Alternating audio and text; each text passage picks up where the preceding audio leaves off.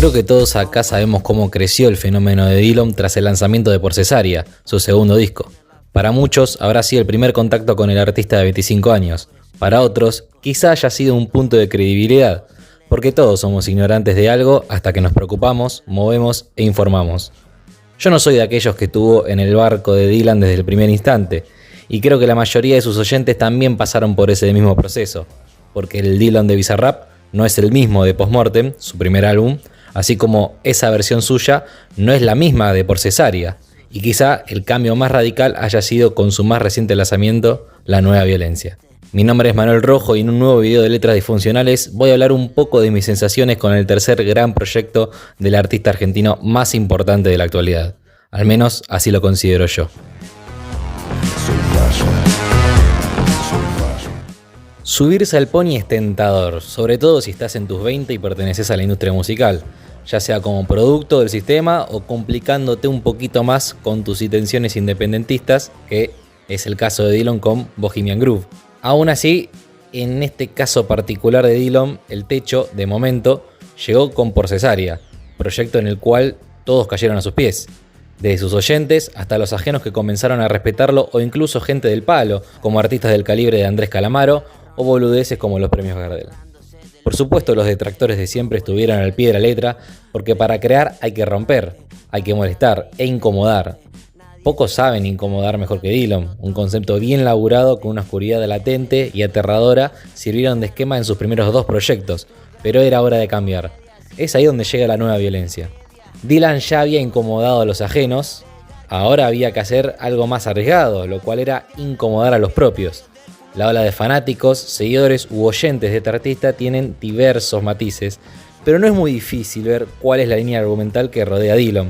La oscuridad de sus letras o personajes no iba de la mano solo en su estética, sino también en lo que más importa, que es la música. Todo lo que Dillom moldeó en esos años y que lo llevó a hacer su primer Vélez, lo rompió con un proyecto en el cual ya venía avisando hace rato lo que venía a hacer, pero igualmente a mí me sorprendió.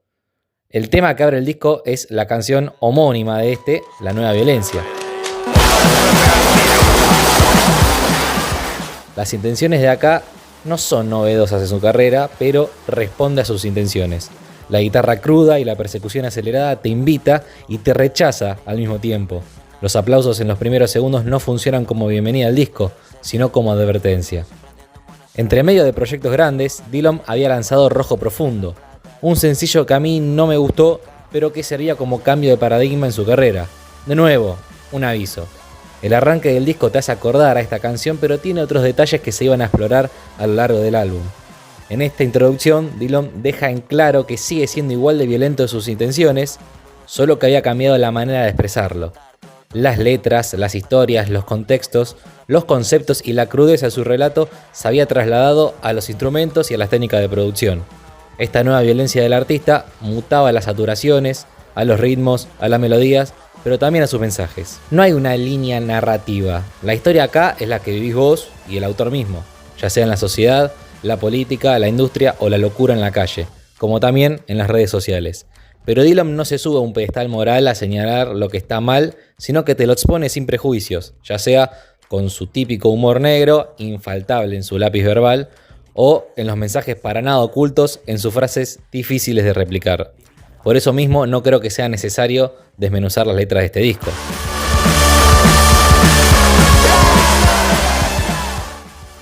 A nivel sonoro, La Nueva Violencia es una montaña rusa de momentos. Después del arranque saturado, tenés la pincelada pop de Gente Común.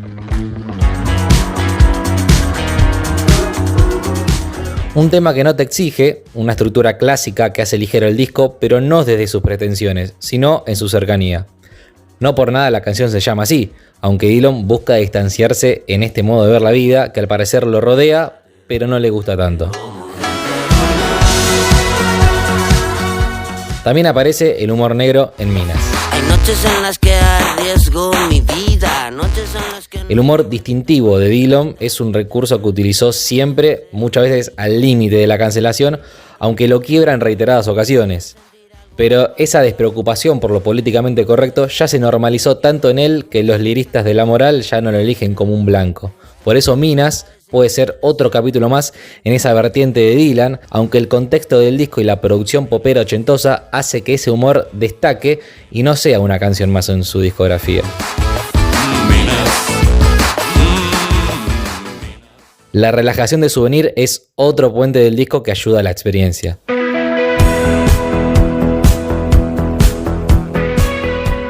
La canción en sí la veo como un recurso dentro del disco, algo similar a Bicicleta y Ciudad de la Paz en otros proyectos, con sintetizadores presentes que ayudan al sentimiento que Dylan le quiere dar al tema de esos personales, aunque quizás en este proyecto tiene más sentido porque acá no hay ningún personaje el que habla, sino que es el mismísimo Dylan.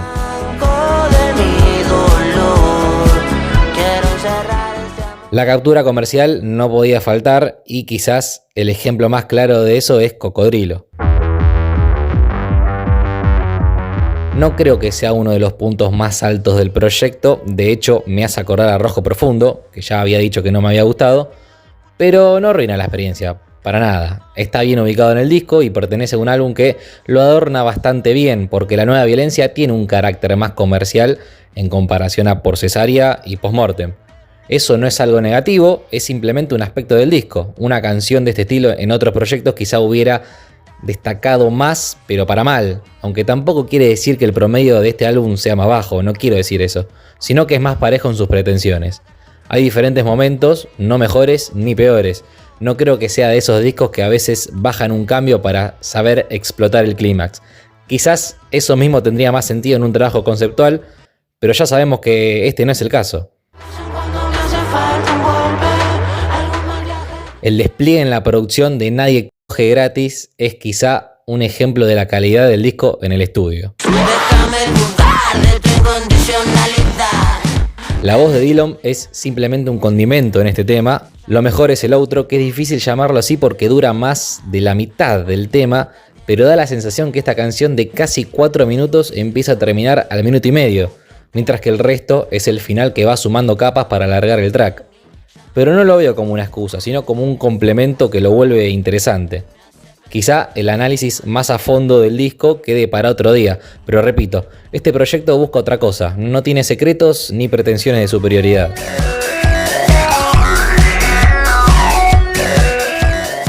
A nivel general, Dylan pateó su propio tablero y eso generó disgusto. Acá es donde entran las benditas redes sociales, un lugar en el que cualquiera puede opinar para bien o para mal. Algo que permite que vos escuches lo que yo, que no sé nada, tengo para decir, pero que también imita la inmediatez. Si seguís a Dylan hace años, el primer contacto con este disco puede chocar, porque gran parte de lo que te enamoró de este artista no está acá, y es lógico que te sientas así, como también es necesario que el autor cambie. Yo todavía no sé si este disco es bueno o malo, al igual que hizo Dylan con lo que ve en su celular o en la calle, trato de exponer lo que siento en este proyecto. A veces me parece repetitivo, pero también adictivo.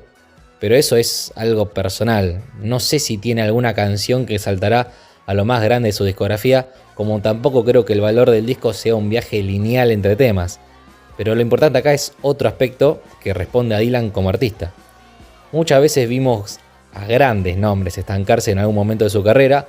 En algunas ocasiones sucede porque se te acaban las ideas o porque la edad nos pasa a todos. Sin embargo, también es común que pase luego de tocar techo o de creer que lo tocaste. No hay nada más cómodo que quedarte con lo que ya sabes que funciona, pero con este disco Dylan demostró ser un artista inquieto. Se mueve, prueba. Puede pasar que no encuentre, pero ese proceso de búsqueda es lo que lo convierte en un artista interesante, porque importante ya lo es para mí. Yo no sé si Dylan dio un paso atrás, un paso hacia adelante o al costado, pero dio ese paso. Y quizá haya sido uno de los más difíciles de su carrera.